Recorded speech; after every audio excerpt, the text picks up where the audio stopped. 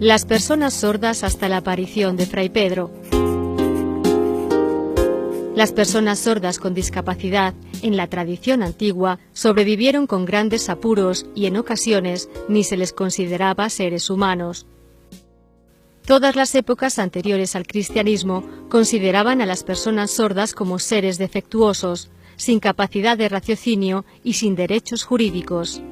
Esta situación no cambiará con la llegada del medievo, que seguirá recogiendo estas actitudes negativas.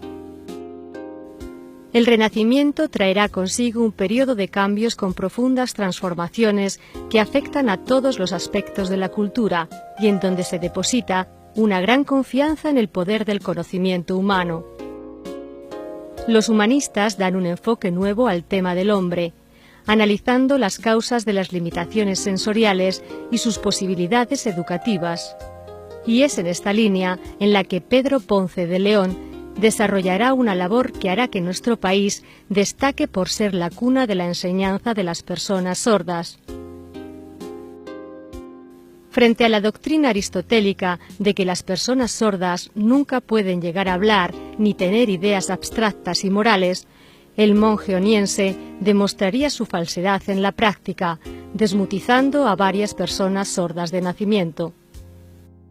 El hecho de que Fray Pedro consiguiera que las personas sordas aprendieran a hablar, leer y escribir y que alcanzaran un dominio cultural mayor, le sitúan como iniciador de la educación especial.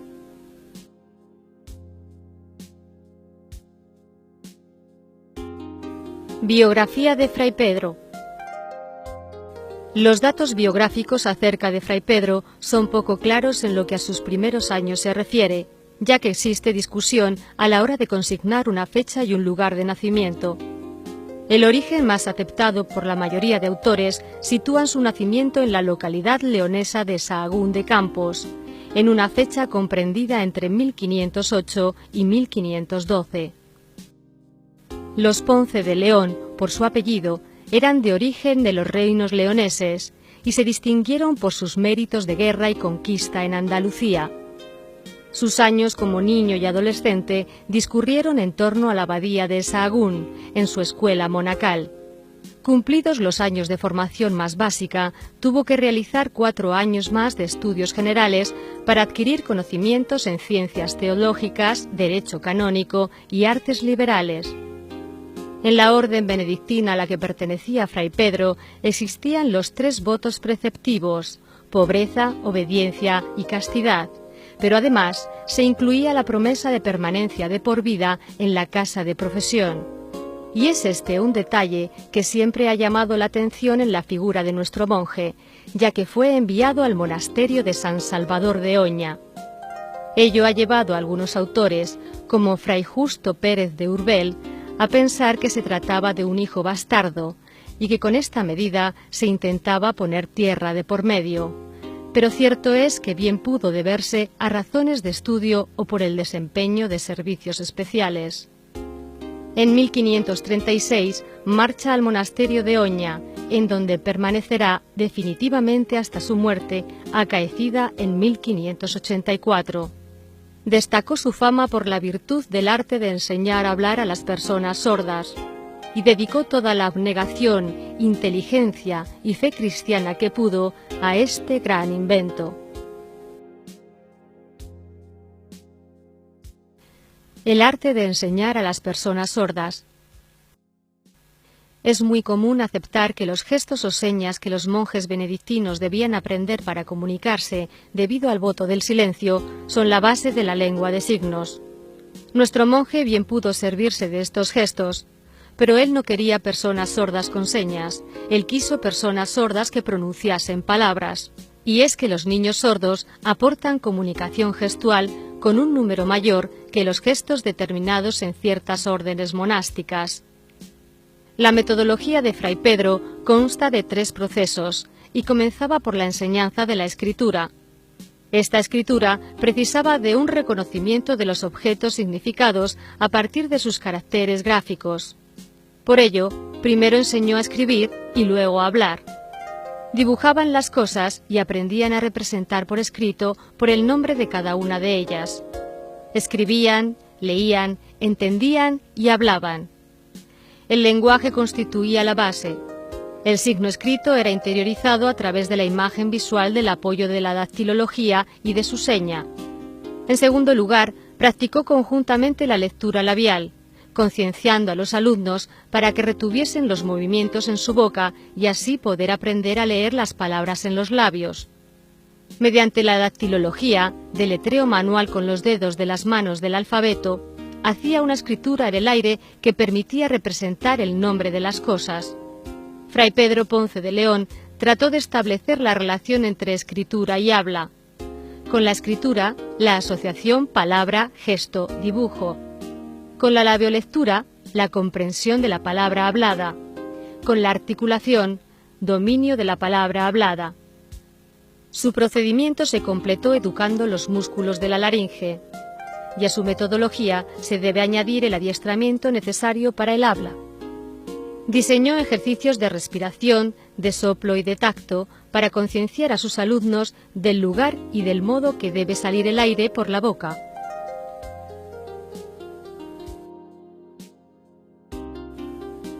Los alumnos sordos de Fray Pedro.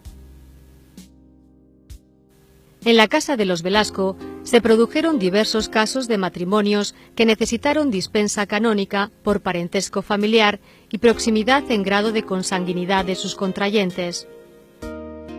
El matrimonio de don Juan de Tobar y de doña Juana Enríquez tuvo al menos 9 hijos, de los cuales 4 eran sordos de nacimiento. Este hecho fue tomado por los padres como una señal de la voluntad divina, que proponía reservárselos para su servicio. Se tomó como solución el ingreso de sus 4 hijos sordos en monasterios, y así los hermanos Francisco y Pedro ingresaron en el monasterio de Oña en torno a 1545. De su educación se responsabilizó Fray Pedro Ponce de León, como tutor valedor y bienhechor de estos niños. Francisco de Tobar era un niño de constitución débil y enfermizo. Murió joven, entre los años 1550 y 1560. El Tratado de Laso, en donde el licenciado del mismo nombre dejó constancia de cómo era la instrucción que se desarrollaba con aquellos niños, estuvo inspirado en Francisco. Pedro de Tobar era hábil, ingenioso y agudo. Profesó como monje de Oña y se convirtió en un monje culto con quien se podía mantener una conversación.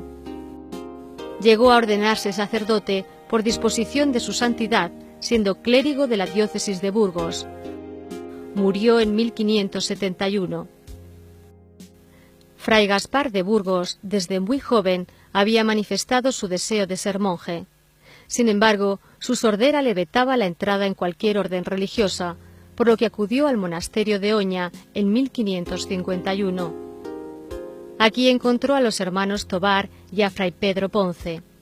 Este le ayudó a hablar, a escribir y a desenvolverse como monje, llegando a desempeñar el cargo de sacristán.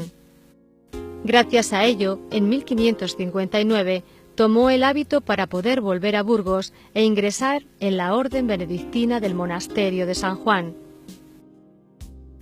Gaspar de Gurrea, hijo de Juan Gurrea, regente de Aragón, se benefició de la relación de su padre con Felipe II para ingresar en el monasterio de Oña a instruirse con Fray Pedro. Otras claves del éxito del planteamiento del método de Ponce de León. El Renacimiento no cambió el concepto peyorativo que se tenía sobre las personas sordas, y este entorno hostil es un motivo más para valorar la labor educativa de nuestro monje benedictino. Ponce de León no quiso que Oña fuese un centro asistencial de personas sordas. Su trabajo fue una preparación para la vida. No pensó en modificar la inteligencia del niño sordo, pero sí procuró una enseñanza más natural cuando falta el sentido del oído. Los dogmáticos teológicos creían que la ausencia del lenguaje había de considerarse como la presencia de una tara importante que imposibilitaba al individuo para su desarrollo útil y normal en la sociedad. Fray Pedro se enfrentó a este planteamiento totalitario y fonocentrista, demostrando con su labor que las personas sordas no eran tarados, dementes o locos.